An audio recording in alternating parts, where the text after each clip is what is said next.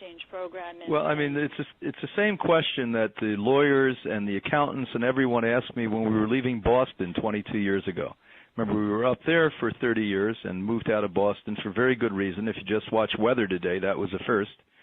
And they said, why don't you just take this money now and do what you really want to do? Go out and teach, write books and teach and spread the word, because it's laborious and it's costly and it's labor intensive, and you may lose a lot of money opening an institute. And my answer then is the same as it is now to your question, that unless you have a living laboratory, a place literally we can lock you up and love you for 3 weeks and educate you, you don't have a fighting chance in most cases. I mean, I know I did this on my own and thought I was doing it 100%, and then went to visit and then joined the staff of Hippocrates in Boston. I was shocked how off track I was. And by the way, I was out teaching health by that point.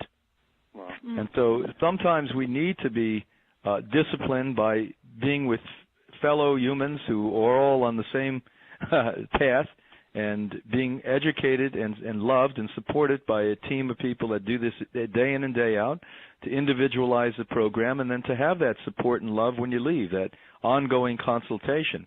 And 80% of our guests return here. What's great for us is we have a guy here now that was told he was going to die 4 years ago from brain cancer. And basically, he got up in class yesterday and said to the group, they told me I was going to be dead, a few years ago. And here I am, I'm healthier today. There's no cancer in my body.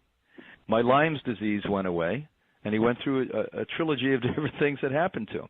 And he comes back once a year.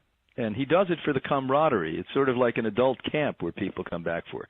So this is sort of like the real world. So it's a refuge for people who are normal, who want to go to the real world for a while. Out there where you think you're in the real world, it's a very mentally sick world. And if you have the perception it's real, you're going to be part of the problem. It's a very sick world. The question I pose to people isn't the question, how do I live in a sick world in a real way? Not how do I do this in the real world? And that's why Hippocrates is a necessity.